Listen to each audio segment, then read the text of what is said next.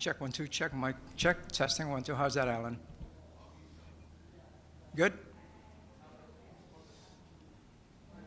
He just wants to check the mic. Okay. All right.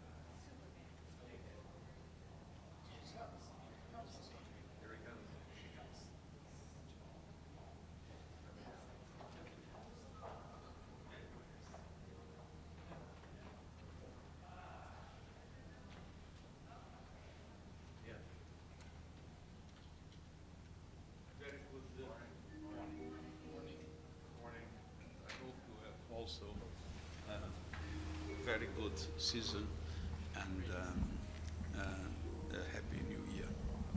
Good morning. The Secretary-General make some comments on Gaza, and then we'll take a couple of questions. Today, the world received the latest IPC report on food security in Gaza. Famine has been pushed back. Far more people are able to access the food they need to survive, and we are preparing more than 1.5 million hot meals every day and delivering general food assistance packages across Gaza. Clean water is reaching more communities. Some health facilities have reopened, and in the wake of brutal winter storms, we acted immediately to provide tents, blankets, clothing, and other support. And this is a testament to the hard work of humanitarians and member states, along with growing cooperation with the Civil Military Coordination Center. But the gains are fragile, perilously so. And 1.6 million people in Gaza, more than 75% of the population, are projected to face extreme levels of acute food insecurity and critical malnutrition risks. It breaks my heart to see the ongoing scale of human suffering in Gaza. Families are enduring the unendurable. Children are forced to sleep in flooded tents. Buildings already battered by bombardment are collapsing under the weight of rain and wind, claiming more civilian lives. Water and sanitation services, hospitals, and bakeries are struggling to recover from destruction, supply shortages, and continued restrictions on what can enter.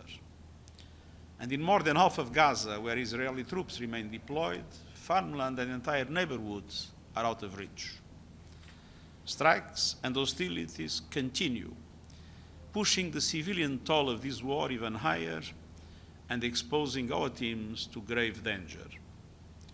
Since October, we have done everything possible to keep lifelines open, supporting bakeries, delivering millions of meals, reopening nutrition centers, rehabilitating hospitals, vaccinating children, clearing rubble, restoring water lines, but needs are growing faster than aid can get it. We need a truly durable ceasefire.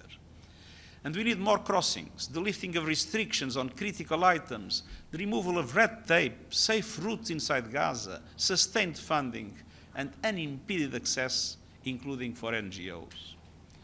And we cannot lose sight of the rapidly deteriorating situation in the West Bank. Palestinians there face escalating Israeli settler violence, land seizures, demolitions, and intensified movement restrictions. Tens of thousands have been displaced following operations by Israeli forces in the northern West Bank. International law, including international humanitarian law and international human rights law, must be upheld across the occupied Palestinian territory, including East Jerusalem. The International Court of Justice indicated provisional measures. They are binding and must be implemented. The Court's advisory opinion of 22 October 2025 was clear.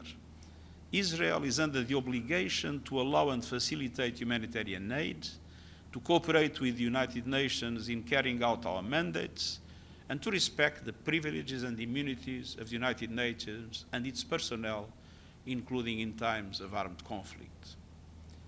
I reiterate my support for UNRWA, which plays an indispensable role in serving the Palestinian people in Gaza and elsewhere in the region. This is a crisis born of human decisions. It can be resolved through human choices if there is the political will to act. The perverse and prolonged suffering must end. Palestinians need a horizon of hope. The ceasefire must be implemented in full. The endless cycle of violence must be broken, and the way must be cleared to an irreversible path to a two-state solution. Thank you. Gabriel? Mr. Secretary-General, good morning. Gabriel Elizondo from Al Jazeera English. Mr. Secretary-General, Israel indicated yesterday that they will not move to phase 2 of the ceasefire agreement until one final remains of one final person is returned to Israel. They're looking for those remains. But my question to you, sir, is do you see any reason not to move to stage 2 of this deal, ceasefire agreement, right now?